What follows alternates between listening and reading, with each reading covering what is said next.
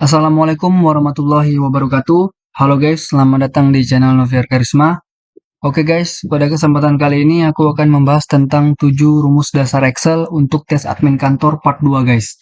Setelah di part pertama kita sudah membahas tentang rumus sum, max, min, dan average.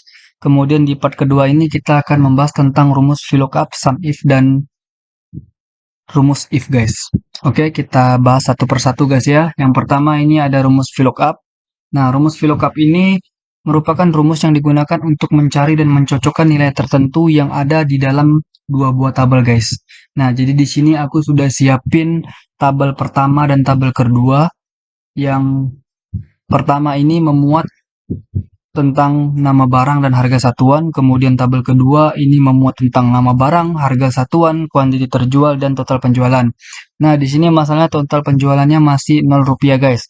Kenapa? Karena kita belum mencari berapa harga satuan dari masing-masing barang tersebut guys. Oke, langsung saja kita praktekin guys untuk mencari harga satuannya sama dengan VLOOKUP, buka kurung, kemudian ini lookup value-nya nama barang ya guys ya. Kemudian titik koma, kemudian di sini tabel array-nya di sini kita linkkan ke tabel pertama guys. Kita blok seperti ini, nama barang dan harga satuannya. Kemudian titik koma. Nah, di sini kita diminta untuk mencari cool index number-nya guys. Nah, cool index number-nya ini karena kita mencari harga satuan, jadi kita pilih kolom yang nomor 2 guys. Karena harga satuan ini berada di kolom nomor 2 dari yang kita blok tadi guys ya. Dari tabel array tadi yang kita blok, harga satuan ini berada di kolom nomor 2. Jadi kita isi 2, kemudian tutup kurung, enter. Nah, di sini sudah muncul lah guys ya. Harga satuan barang A ini sebesar Rp1.000. Nah, setelah ini tinggal kita kopikan ke bawah guys. Namun, ketika kita kopikan ke bawah seperti ini, nah, maka rumus yang kedua, ketiga, dan keempat ini dan seterusnya akan bergeser guys. Nah, jadi untuk meminimalisir kesalahan, maka kita sebelum mengkopikan ke bawah, tabel array yang sudah kita blok tadi kita kunci guys dengan menekan tombol F4. Seperti ini sampai muncul tanda dolar di kolom B dan kolom C. Seperti ini guys. Oke, kemudian enter, kemudian kita kopikan ulang guys. Nah, seperti ini. Nah, maka tidak akan bergeser ya guys ya rumusnya. Oke, cukup mudah ya guys ya. Mudah-mudahan bisa dapat dipahami guys. Kita lanjut ke rumus berikutnya, rumus sum if. Nah, di sini rumus sum if ini berfungsi untuk menjumlahkan nilai dalam satu rentang yang memenuhi kriteria yang kita tentukan guys.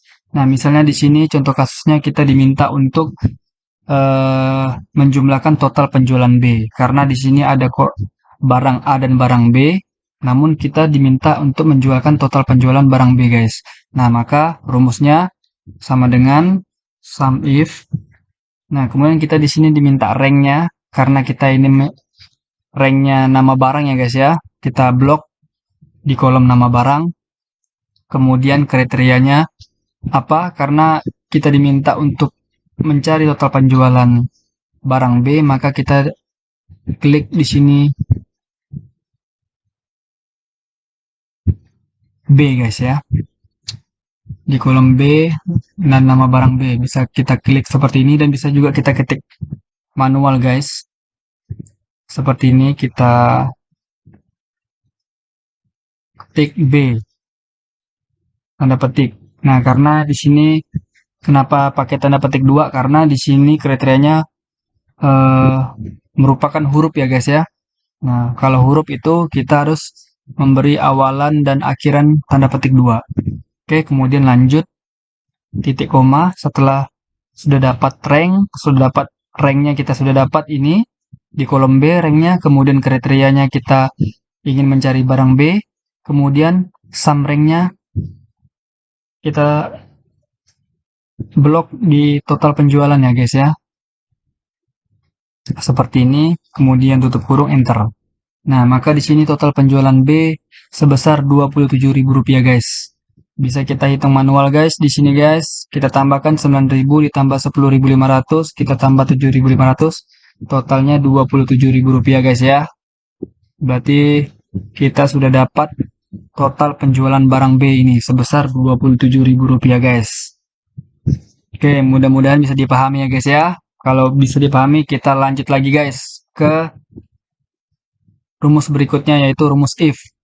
Nah, rumus if ini guys sering kali digunakan untuk pengolahan data ya guys ya. Nah, jadi fungsi if ini masuk dalam kategori logical function yang bertujuan untuk melakukan uji logika pada data-data yang disajikan guys. Nah, di sini ada contoh kasus, ada dua tabel. Tabel pertama itu adalah kriteria yang mana berisi nilai di bawah nilai yang lebih besar daripada 60 dinyatakan lulus, kemudian nilai yang kurang dari 60 dinyatakan tidak lulus. Nah, sedangkan tabel kedua ini berisi nama, nilai, dan keterangan guys. Nah, di sini kita belum tahu nih keterangannya. Keterangannya ini si A ini dengan nilai 80 ini bisa lulus atau tidak lulus gitu guys. Nah, berdasarkan kriteria tadi kita buat uji logikanya guys. Nah, langsung saja kita praktekkan jika if. Nah, logical testnya C6 ya guys ya, atau 80. Jika C6 atau 80 ini sama dengan lebih besar dari 60, kriteria yang pertama ya guys ya, maka 60 titik koma, maka dinyatakan lulus. Titik 2 lagi. Sampai sini paham ya guys ya. Nah, ini kita sudah membuat kriteria pertamanya nih guys. Jika C6 sama dengan lebih besar daripada 60, maka dinyatakan lulus. Nah, kemudian kita buat kriteria yang keduanya guys.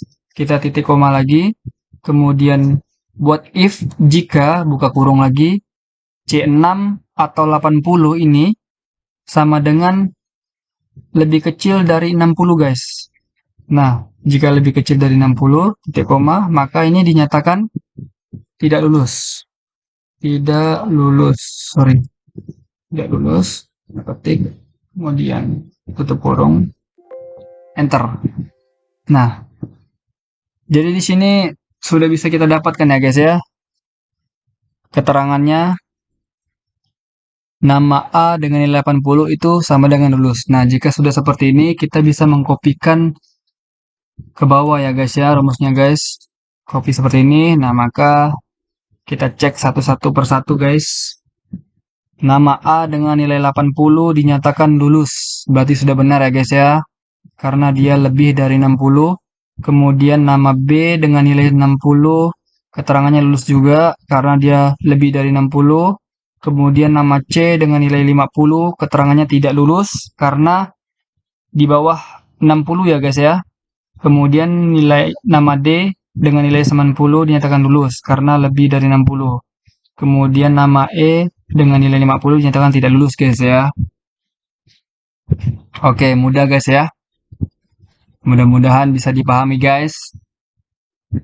Karena ketiga rumus ini, VLOOKUP, SUMIF, dan IF sering digunakan dalam administrasi perkantoran guys. Jadi kalian wajib menguasai ke tiga rumus ini di part 2 ini. Mudah-mudahan bisa kalian mengerti guys ya. Oke, mungkin sekian video yang dapat aku sharekan ini guys. Jika kalian merasa video ini bermanfaat, silakan share ke teman-teman kalian. Jangan lupa untuk like, comment, and subscribe-nya guys ya. Oke, sekian. Wassalamualaikum warahmatullahi wabarakatuh.